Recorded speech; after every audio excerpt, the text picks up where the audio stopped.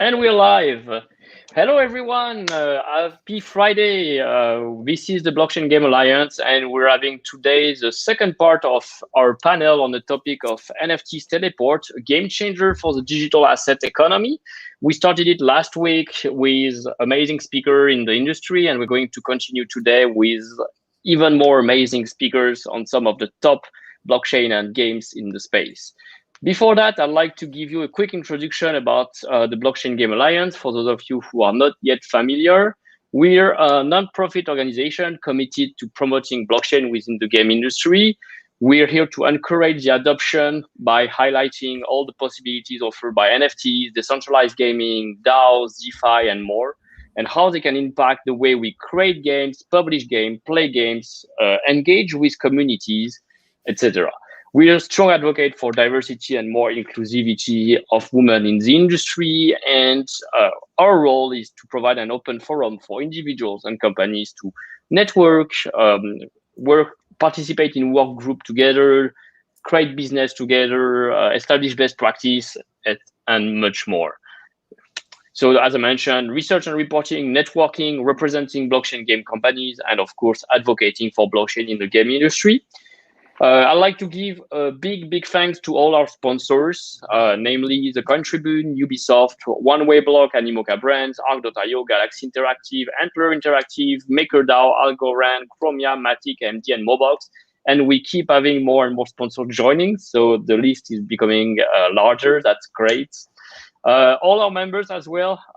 As you can see, it's getting hard to put more logos, and it's a good thing. It means our industry is growing and there are more and more projects in the space. So among them, blockchain games, chains and protocol, press and media, games, developer solution, esports, investors, legal companies, etc. Various sides of the spectrum in the industry, all sharing the same goals.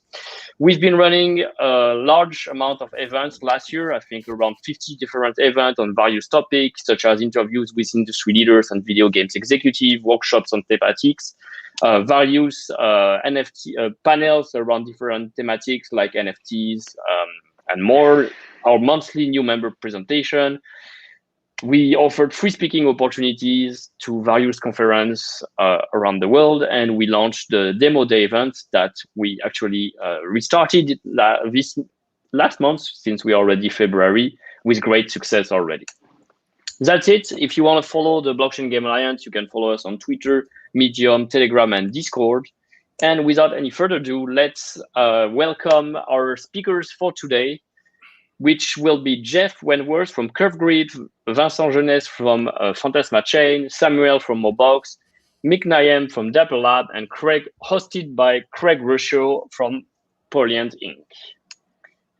Awesome. Well, thank you so much, Sebastian. I think this is a very timely conversation for all of us to have, given the very high-profile nature of the crypto market, blockchain gaming, and obviously some of the impending issues related to scalability. So I'm Craig Russo, co-founder of Polyant Games. It's a startup ecosystem focused on the NFT asset class and blockchain gaming. It's backed and created by Polyant, which is an investment group that's highly focused on the NFT asset class and market.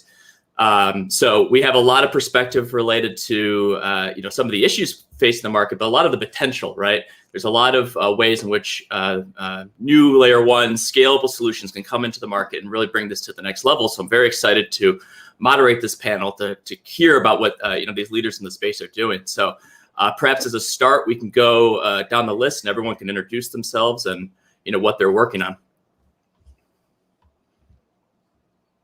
Thank you so much, Craig. I think we can start with Jeff, if that's okay with you, Jeff. Yeah, absolutely. So maybe I'll just give a super fast overview. Hi, everybody. My name is Jeff Wentworth. I'm a co-founder of CurveGrid. We are a Tokyo, Japan-based blockchain company. We've been around since 2017, so we're coming up on 4 years now. And our product is not a blockchain in itself, and it's not a game. We're actually we provide a blockchain middleware that makes it fast, easy, and cost-effective to build on multiple blockchain platforms. So, we fully believe that there is a strong use case for different blockchains for different purposes, And I think that we're seeing that play out right now in the space with some of the issues that Craig talked to. So certainly very excited to be talking about that today on this panel. Wonderful, thank you. Mick, would you like to introduce yourself? Absolutely. Thanks, Serena. And it's a pleasure to be here. I'm Mick. I'm one of the co-founders of Dapper Labs. Dapper Labs are the creators of CryptoKitties, the first real kind of NFT DApp, the creators of NBA Top Shot, currently the most successful DApp in the entertainment space, and then the creators of the Flow blockchain, which is a scalable layer 1 smart contract blockchain, really focused on entertainment, games, and the assets that power them. And really what we believe in is creating a chain that makes it really easy for developers to build successful businesses and easy for users to engage with those apps. Wonderful. It's nice to have you. Thank you. And Vincent, how are you doing? I'm pretty good. Hi, I'm good. Yourself? Not bad. Thank you, and welcome to the VGA. Yeah, getting a lot of static here, so I'm not sure if you guys can hear me clearly. So my name is Sam. I'm the co-founder of Mobox. I would like to thank you for inviting me to this panel as well. So just a quick introduction about Mobox. Our team has been developing and publishing games on both mobile since 2011. We have a lot of experience in this field. We've even taken one of our companies IPO in China in 2018. We made the transition to blockchain in 2018, and we built several gaming apps on Ethereum, on EOS, and on Tron. Some of these titles include Ether Online, Token Tycoon, and more recently, cross-chain idle RPG game called Chains Arena. I think I'll just stick with that and kind of show our new Mobox platform later. Wonderful. Thank you, Samuel. I think the audio was a little, I don't know if you guys could hear Samuel that well. I lost him a little bit, but hopefully we'll be back. Here we go. Samuel, can you hear us now? We'll check on the audio in a moment. But Vincent, it's nice to have you as well, if you'd like to introduce yourself. Yeah, sure. Hi, Serena. Glad to be here. So I'm Vincent Geneste. I'm a Phantasma developer. We are a standalone layer 1 blockchain with a heavy focus on content/NFT. As part of that, I'm also the founder of Cost Market, which is a cross-chain NFT marketplace. And so my expertise would be in NFT. We have a lot of new projects onboarding on Phantasma, and we are also interoperable with already 2 other blockchains. So NFT interoperability is the way to go, and this is something we are focusing heavy on this year. Super. It feels like we've got some of the best speakers in the room. So Craig, I'll pass you over back to you, and I'll share some of the questions we prepared for today.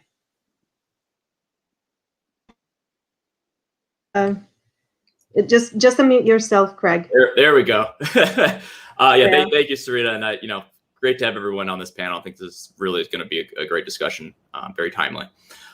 So, as Sebastian alluded to, we all know the issues pertaining to gas and Ethereum. So I think, really framing this towards, what are the solutions and what is everyone working on to address, the 1,000-pound elephant in the room right now. And first and foremost, I would love to hear from everyone, from your perspectives, really what is the benefit to your user base, to your players, to have the ability to port their NFTs, their in-game assets, their DeFi assets from Ethereum to a new blockchain?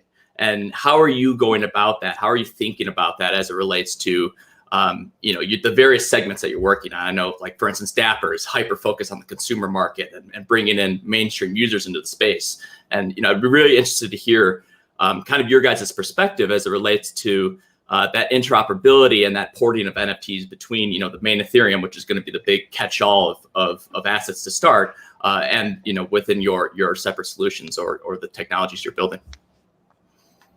Well, it's a great question. I think I think one of the first things to note is that we're still in very, very early days. When we talk about Ethereum, we're still talking about a million daily active wallets. So kind of that's the size of a small mobile game to give you a sense of the world. So when we think about portability, when we think about new layer ones, et cetera, the thing we really think about is, well, how do we make it easy for developers to build great businesses? And for us, I think that things like portability and having people being able to move their assets from one chain to another, that comes secondary. What comes first is essentially making it easy to build, making it easy for users to access those apps, and that's going to be wherever, whichever layer one is best to accomplish that. I think that in the short term, interoperability is important because it'll give liquidity to assets. But in reality, bridges between one blockchain to another is always going to be slow, complex, and costly. And so it'll make sense for large transfers. So for example, if a large part of the CryptoKitty community wants to go from one place to another, it should be able to.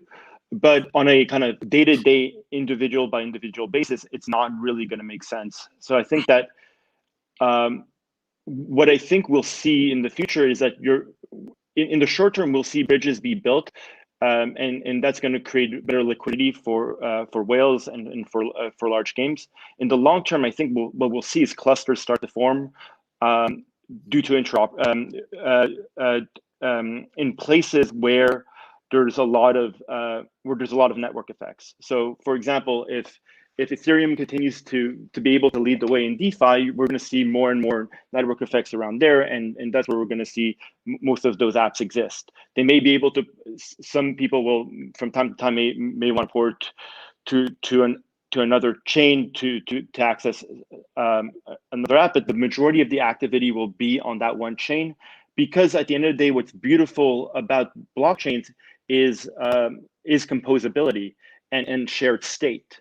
And so similarly, if there's one chain that starts to have a lot of apps building and a lot of users and then a lot of apps building on it for particular vertical, let's say games, that's where we're going to see the majority of usage, because there's strong network effects there. There are more and more smart contracts to build on. There are more users. There's that shared state.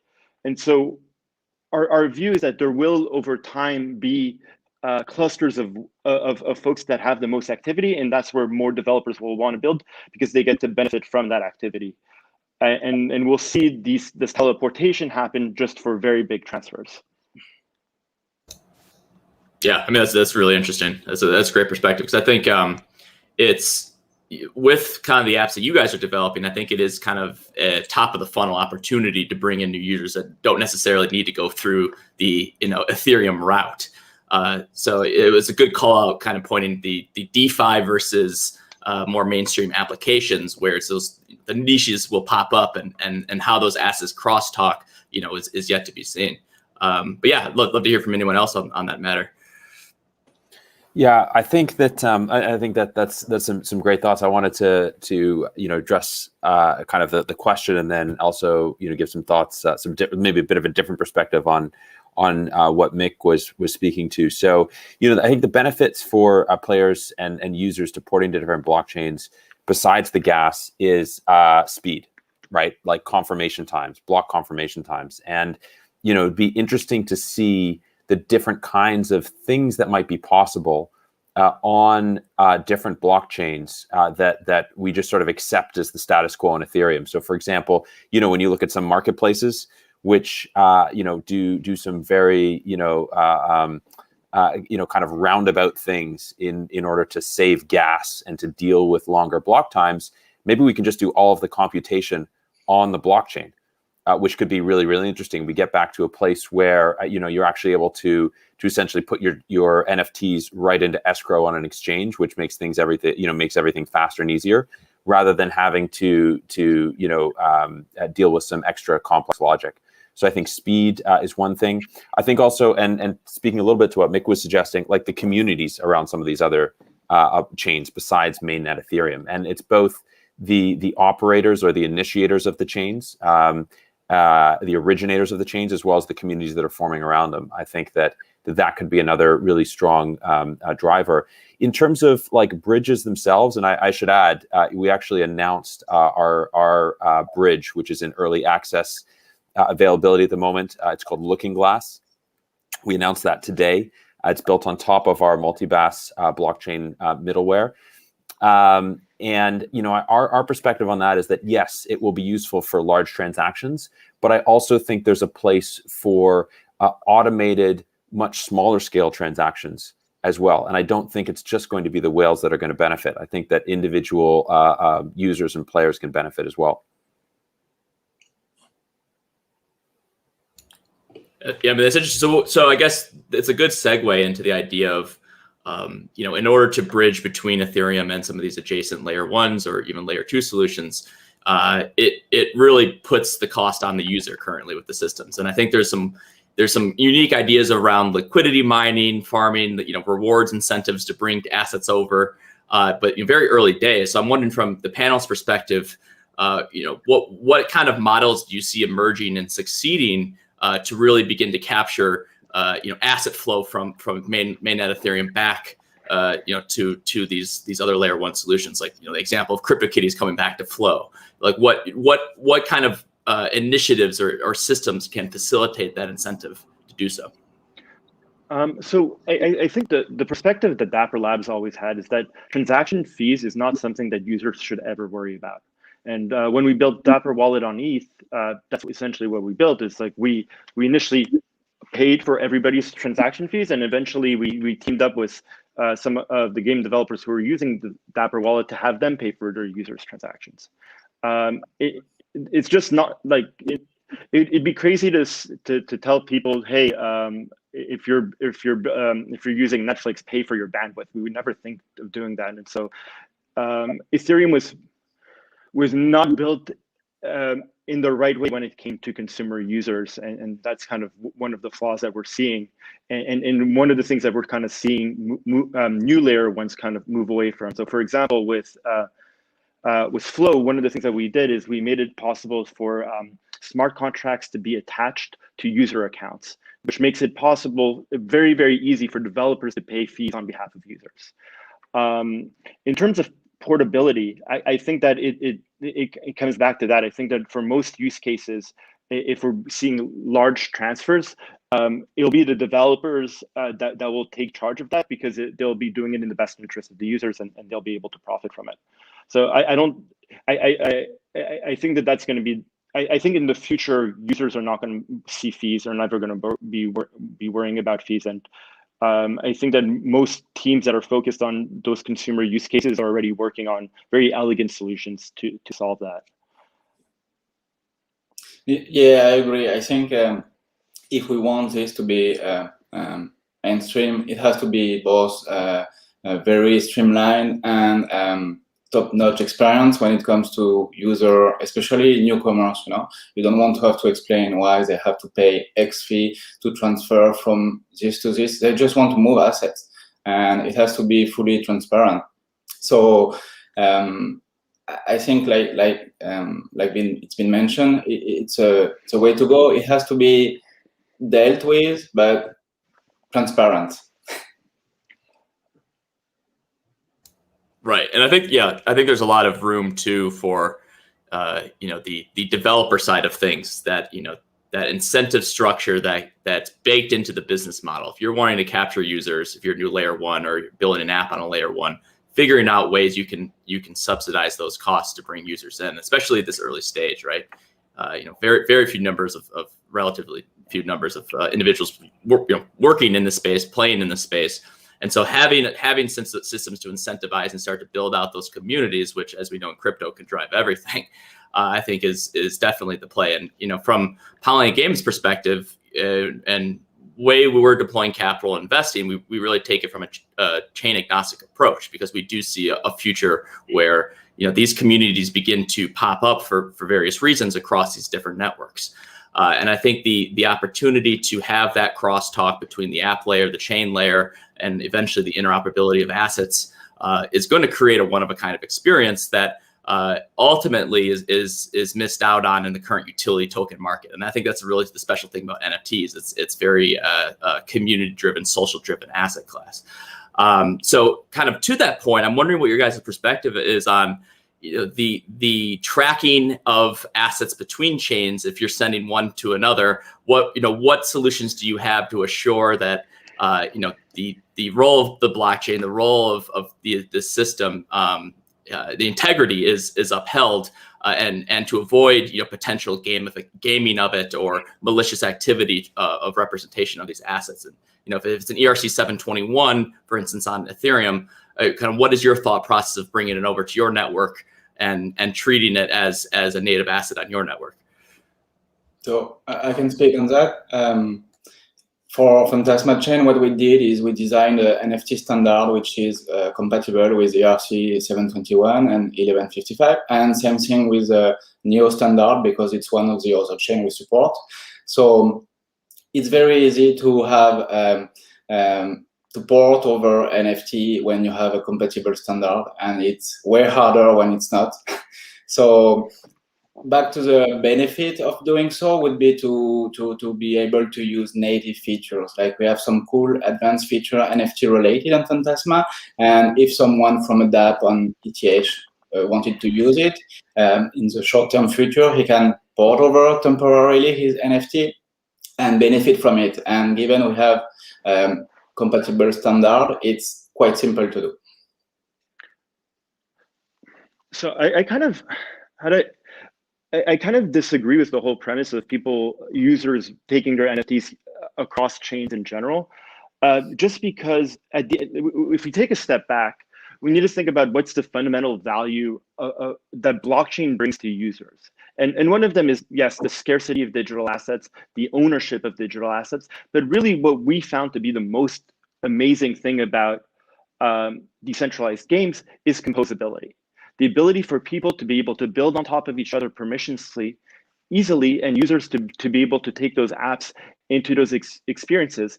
And the easiest way for developers to do that, and the best way that works from a user experience standpoint, is when you have shared state, when every transaction closes at the same time, so that your asset, so you don't lose a lot of transactions and you don't have to deal with a lot of edge cases, and that the experience is really smooth for the user. Now, today, the majority of games and decentralized apps are really simple because we're in an early stage of our industry. So we're really mainly talking about collectibles.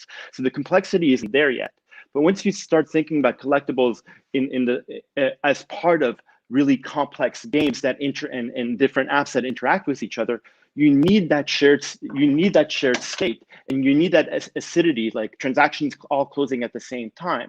Otherwise, the state will change while transactions happen, and you'll have a lot of failures, which makes it just significantly orders of magnitude harder for the developers to deliver great user experiences to their users. And so, for me, I think that when we start talking about bringing assets across chains and delivering fun experiences across these chains, what we're really doing is increasing the problems that game developers have to think about by tenfold. And that's going to make it harder and harder and harder for them to be able to, and more expensive for them to be able to deliver the experiences that they want to deliver to their users. And that's a good point to leap off of as well, because I think from our perspective, when we're speaking with these teams, from an investment perspective and talking about interoperability, and even at let's say we're all on Ethereum, the interoperability of assets between games on Ethereum, it's a big ask for these developers that are essentially bootstrapping their growth, right? It's the NFT market is so young. There's not that cash flow that we've seen in DeFi or any of these other markets. And if you're trying to have that like Ready Player One type experience without incentive alignments between teams, there's a lot of load to it. There's design load, technical load, narrative integration load. And so, I'm very interested from the developer perspective. How do you guys see this playing out? And do you see this interoperability being a viable thing and kind of our long-term goal of having these systems that all speak to each other? How do we make sure that developers aren't the ones, being just crushed by the load of the work associated with that vision? So I think coming from the perspective of like an infrastructure provider and a developer tools provider, right, and a bridge provider, we're certainly on the not the glass is half full, the block is half full side of things, and I think that we can do more. The developer community, the infrastructure provider community can be doing more to provide tools for developers to make it easy to interoperate across chains. And I think that, when coming back to maybe the previous question, even around like who pays the gas fees, how do we incentivize things, how do we make, moving across chains easily, I think that those are technical problems that can and will be solved. And there will, companies like CurveGrid or other bridge providers will really help that. And I think it's important because, just like in the video game space, game developers, tend to not focus on a single platform, right? You develop for PC, PlayStation, Xbox, Nintendo Switch, right? You've got to be on all of them. And I think that's going to be the same for blockchains, right? That it's not going to be enough to just be on one of them or just be on this one or just be on that one. I think that, there won't be 100 platforms, but probably there'll be 4 or 5 that are going to be important for game developers to be able to capture user attention and really, when we're talking about NFTs, capture value. And I think that there's technical solutions to those problems. So again, I kind of disagree there, because what we're thinking of, the premise there is that the blockchain provides the users. And so that's similar to saying, hey, a blockchain is an iPhone or an Xbox, and I need to get to those users. But that's not the reality. The CryptoKitties users didn't come, like a portion or Ethereum people, the majority of CryptoKitties users didn't come from Ethereum. Similarly, NBA Top Shot's growth doesn't come from the Flow community. It comes from new people who are interested in the app itself. And so it's the app developers who are bringing users, not the chain. And so when you think about it in that premise, that's the wrong analogy. The chain is essentially TCP/IP. That's something a user is never going to think about in reality. And so what we're talking about is not ability to gain distribution by being on one chain or another. It's really about ease of use and the ability to build on top of other people's smart contracts. That's where the network effects come from. Mm-hmm. I love how the conversation is going, guys. And I just wanted to check on Samuel, who's been with us, and checking if his microphone or if he has anything to add to this point. Samuel, can you hear us?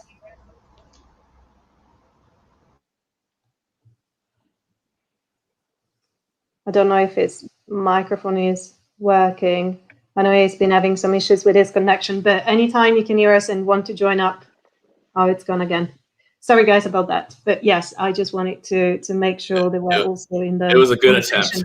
But I also wanted to address perhaps some of the comments we received so far. Sure. As we've seen, like Gary, Justin, and other people, Blockchain Dapps, also adding to this. And I think the conversation here, Gary, for example, is saying that interoperability equals user choice. And also Justin is adding to that point, and Liam to NFT interoperability is the future of NFT technology as a statement. So I don't know, Craig, if you'd like to also address some of those points. Yeah, and I think that's, kind of the discussion is around whether or not, NFTs that exist cross-chain are more viable than ones that are native to a single chain. And I personally we don't have enough data points on this because the bridges haven't been built and the experiences haven't been developed. But I think what is interesting is that I'm in the camp that the use cases for NFTs are going to begin to diversify, right? We're starting to see an emergence of like DeFi-like applications, utility NFTs.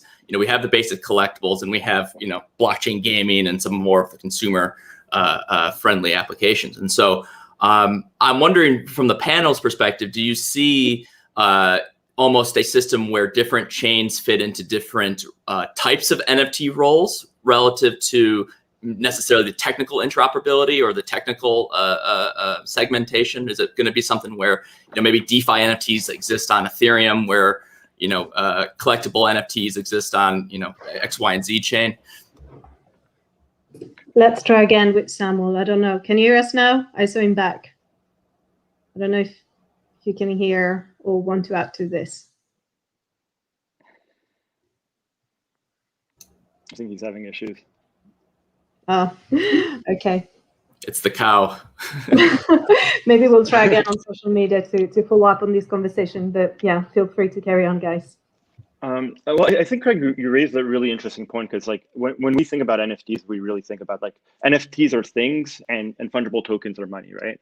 And so, yeah, like when you look at, okay, well, eventually maybe real estate will be on the blockchain. Where should that belong?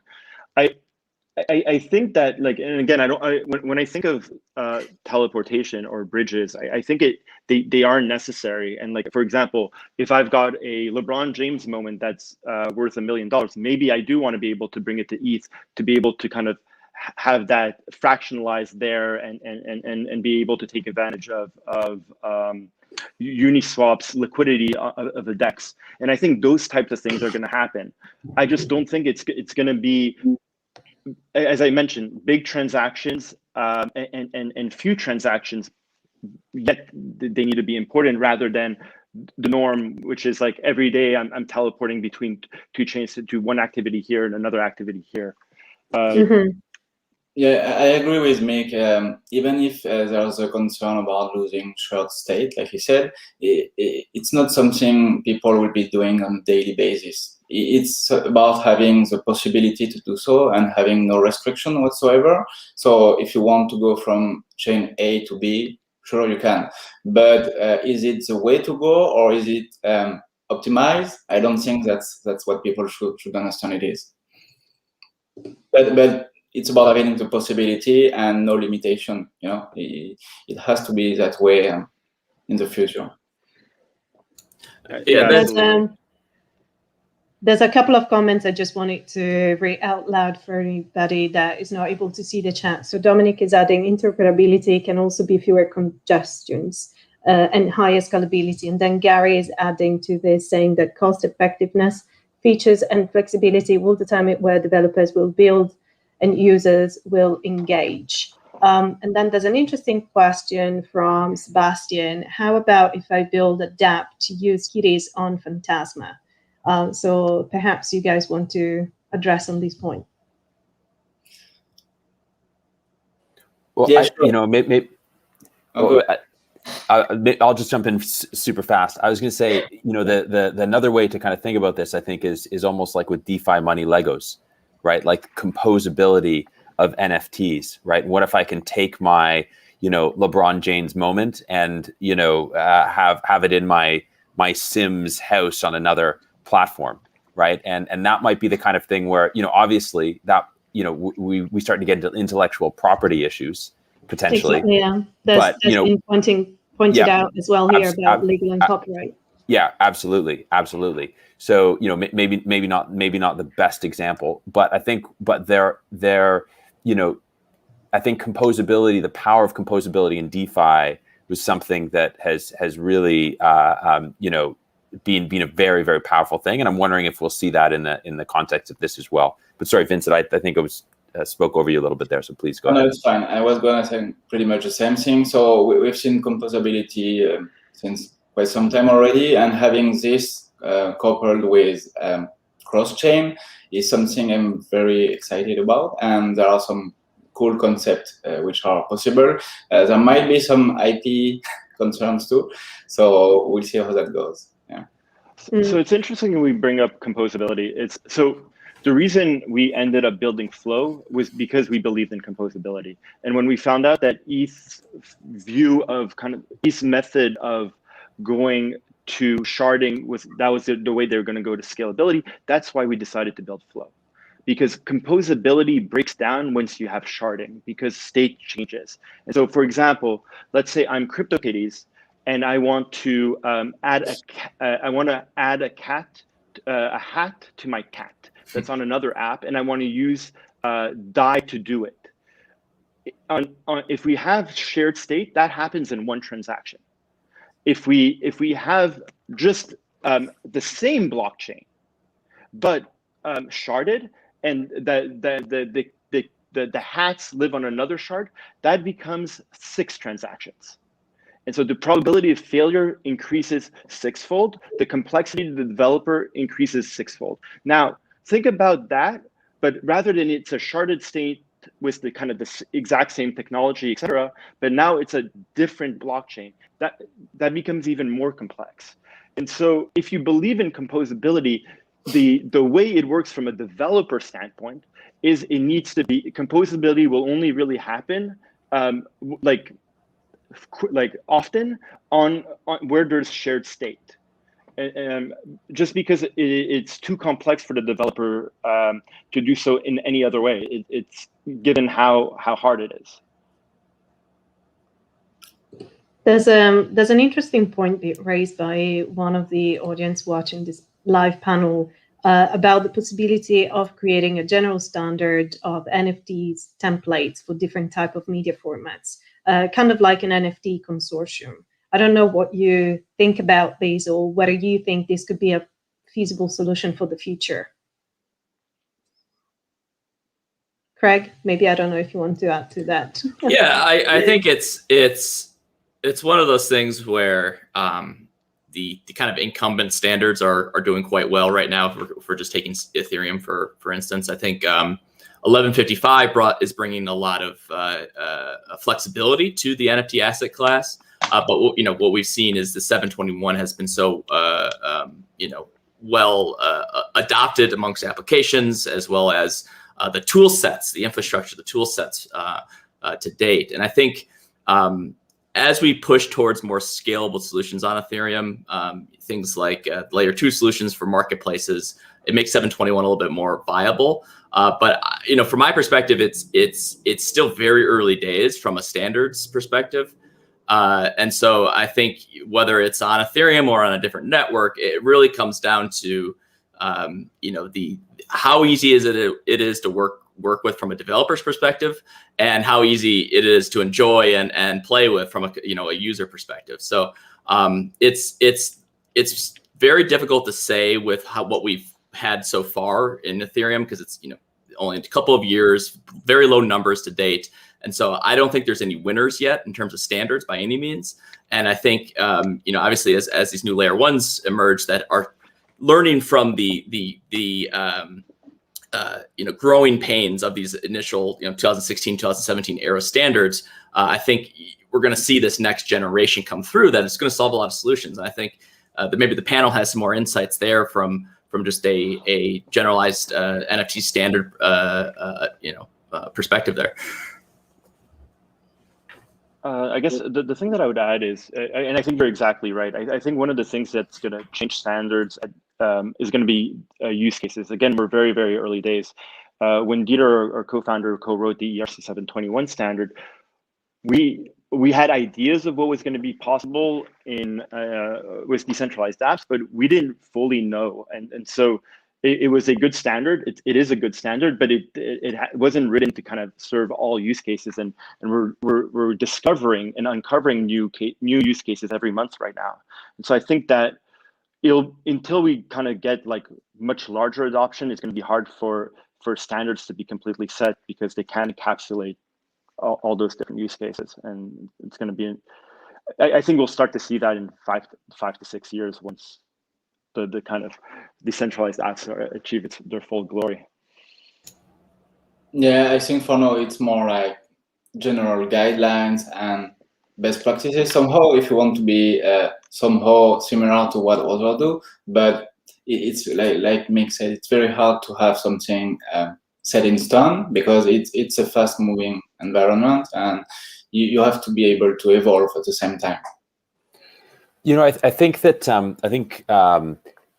the standard, ERC 721, ERC 1155, great standards, right? I don't think that other blockchains, whether it's Phantasma or Flow or others, need to necessarily adopt those off the bat, right? I mean, if I was a developer on those platforms, I would want to see those platforms and their strength and other blockchain platforms used to the fullest of their ability. Like, come up with a new standard. What is possible on this blockchain that's not possible on another blockchain, and deal with the interoperability later. And I mean, take a layered approach and in terms of pushing that complexity off to a bridge, right? Let the bridge deal with translating between one platform to another, and not trying to shoehorn an Ethereum technology onto another blockchain. So I guess the question and then the exciting piece is like, what are the standards that will kind of develop on some of these other platforms, and what can we learn? What can each platform learn from it? Including Ethereum, that we can feed back that into it, rather than having to sort of take the legacy with us. And I think this is the very nature of this conversation we're having right now. It just says how early days it is, right? Like, when mass users are here, they're not going to care at all what standard it is. It's not even going to be on the radar. And hopefully the technology is to the point where it isn't at all. It's something that it's just like you're in the in-app experience transitions to the on-chain experience. So I agree with you guys there. I think it's way too early to call winners and losers as it relates to standards, and we don't even know what problems are that even need to be solved yet, right? Like we're only a few years into this. So I think it is an exciting time for layer ones in that regard, especially to learn from the sins of the past with regards to scalability, usability, and everything in between. So I think that's again, it's so interesting to hear these perspectives, and it really cements that we're day one.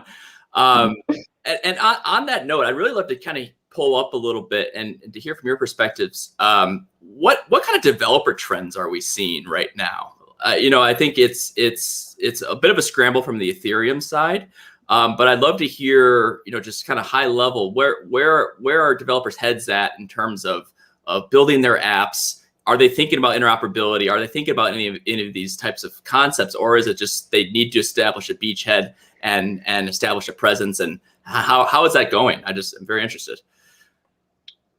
Well, I can talk about our perspective and developers that we get to interact with. I think there are two types of developers we're interacting with. Those who are coming for the first time and building a new business. And those ones, their concern is not interoperability. It's not about standards. It's about, is this an easier place for me to build? And can I get my app, can I deliver the type of user experience I want to? Is it going to be easy for my users to be able to make payments on this platform? Yeah, so that's essentially kind of and how fast can I get to market? Then there are the developers who are looking to switch platforms because they may be on Ethereum and their business model with the cost of gas is not sustainable for them. Those are the developers who really care about interoperability, because they need to be able to port those assets back and forth. They can't leave their community behind. They've made a set of promises. In reality, like right now, that's the majority of the industry, right? But in reality, if you kind of fast forward 3 years from now, hopefully it isn't, right? Because we're tiny. So I think that's where interoperability is lying, is for people who've been building on EOS or Ethereum or somewhere. They're realizing that, hey, this is not the future for me. Well, how do I bring my community along rather than starting over again? Mm-hmm. Interesting points. There are a few questions, comments I'd like to share on screen, and Craig, feel free to pick up on those and address them to our guest speakers for today. So the first one is, what are your thoughts on 1155 as a standard? I know we touched on these earlier on, but if you have any specific answers for GOI, that'd be great. Yeah, I could start off. I think it's, as I mentioned before, it solves some of the usability and scalability issues that we see with 721. It's interesting to see some minting platforms on Ethereum. I think the latest OpenSea's in beta for 1155 minting, so like zero gas fee type solution. So I think from my perspective, it started off fairly niche, right, within kind of the engine universe, and they've been doing a lot of work to spread it out.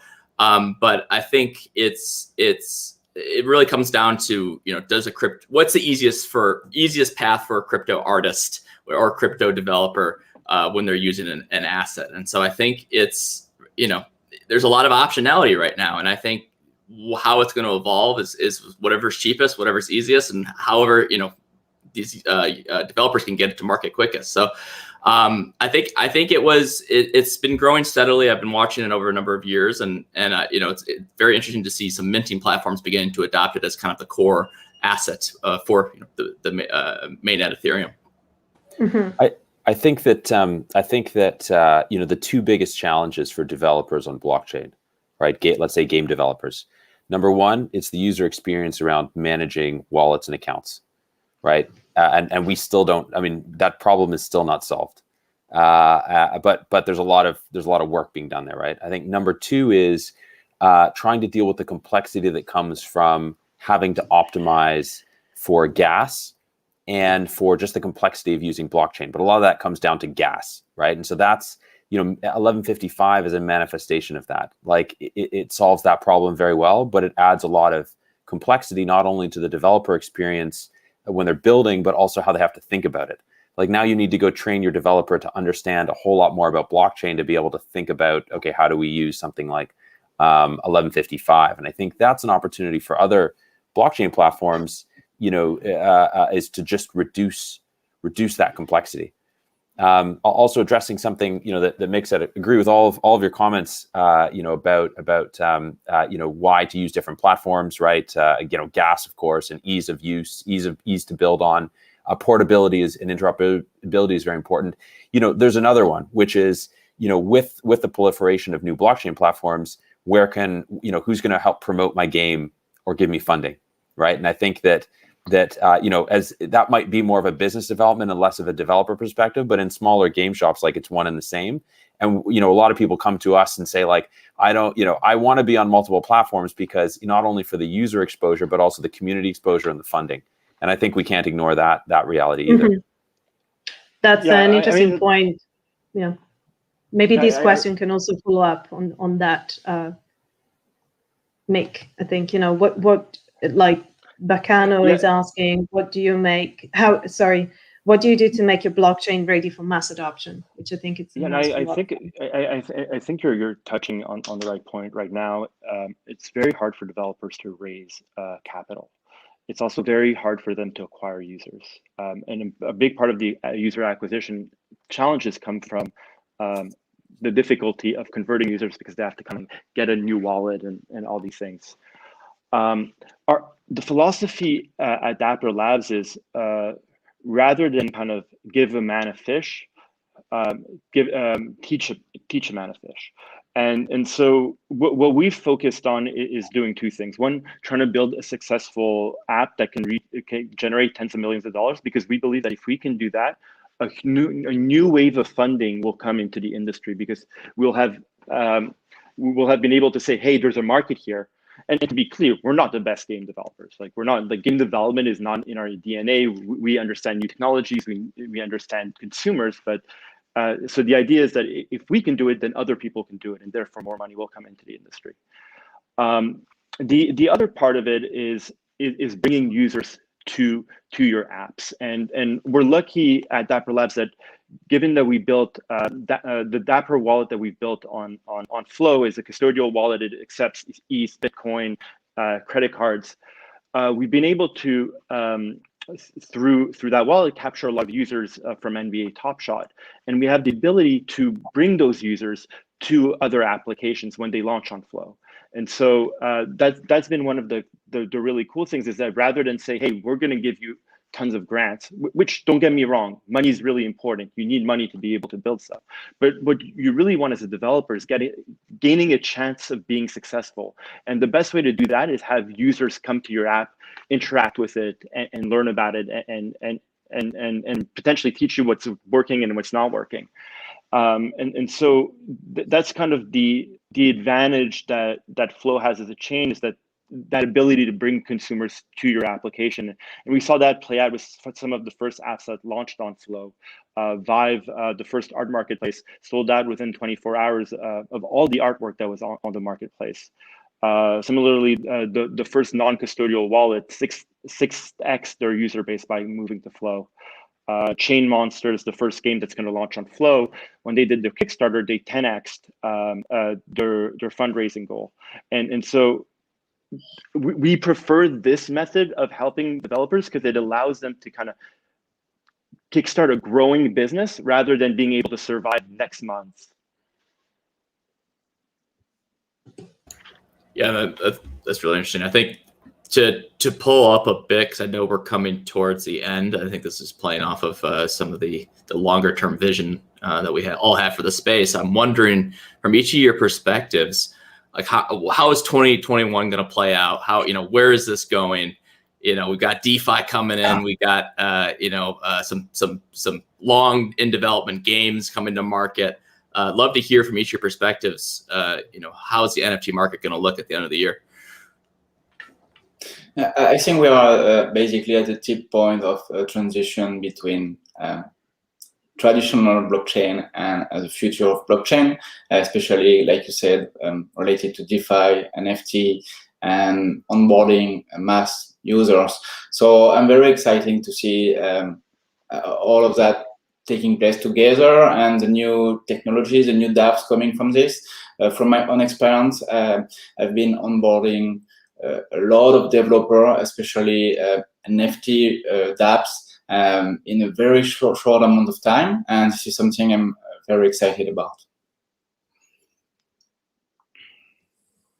Yeah, I mean, we're just seeing phenomenal interest in our bridge, which is really in very early access mode, and developers that are I think see the opportunity in 2021, right? I mean, the last year obviously very challenging globally. Two areas that did very well were games and blockchain, and people are starting to understand that combination as well can be very, very powerful. So what are we, February now? 10 months is like 5 years in blockchain time, or 10 months in blockchain time is 5 years in the real world. So yeah, I mean, the end of the year, we could see, I mean, I don't know if I would predict like a AAA title that integrates blockchain, but I think we could see mass adoption. I think we could see something take off that everybody is using. It's like the next, I don't know, Among Us, but it's got blockchain integrated into it. And I go home for the holidays, which we will be able to go home for the holidays this holiday season. And my family that doesn't really isn't really involved in blockchain is like, hey, you should check out this new game, and it's got blockchain integrated into it. That would be amazing. I have 3 predictions. I think 1, we're going to see a massive increase in the amount of investment that goes into blockchain games, and we're going to start to see traditional teams that were traditionally in the kind of centralized game space move over more and more to the blockchain game space as they see a blue ocean opportunity there, and there'll be the funding to support it. The second thing is, I think that we'll see digital collectibles surpass in peer-to-peer market volume what we see in collectible sneakers. So collectible sneakers is a $2 billion peer-to-peer activity space. I think we'll see digital collectibles surpass that. And then the third, the one that I hope the most, I hope to see Sandbox start to be on the path of becoming the next Roblox. Yeah, all great predictions, and I think I agree with a lot of that. Yeah, I mean, from my perspective, this space is really going to start kicking into gear now. Ultimately, we were an industry that emerged in a bear market. A lot of builders, not a lot of funding, a lot of grinding and bootstrapping, and to the point, I think a lot more funds are going to start coming into the space, and ultimately what it's going to do is bring a whole new asset class to light that has utility not only in gaming, but in a wide variety of use cases across financial markets and real world asset, tokenization, that I think is going to make NFTs a truly standalone digital asset class that I think will be the main onboarding route for the next wave of crypto native users. So, us at Panelist are obviously hyper bullish on this space. I think everyone on this panel can agree that this is the most exciting place to be right now. And really appreciate everyone's insights today. And I think this is the start of something big this year. So really looking forward to what you guys build and put forth to the market. And we're all in this together. So we're rooting for each and every one of you to make this happen. So let's do it. Well, it's been a wonderful conversation. I want to thank you all for joining us today, and thank you to the wonderful audience that has been very attentive with great comments and questions. I suggest we continue the conversation on the social media we have, so you can find the BGA on Twitter, YouTube, and Discord and Telegram. So feel free to follow the Blockchain Game Alliance and take this conversation on social media, and let's continue talking about NFTs portability. Special thanks to Craig Russo that has been taking over the moderation for this panel today. So thank you so much, Craig. And thank you all for joining us. I will invite you all to our next panel conversation next week, which is going to look into DeFi for games. So stay tuned for that one. And once again, on behalf of Sebastian and everyone else at the BGA, thank you all for attending this conversation. I'll see you all very soon. Thank you, everyone. Thank you, Serena. Take care, everyone. Thanks, Craig. Thanks, Serena. Thank you.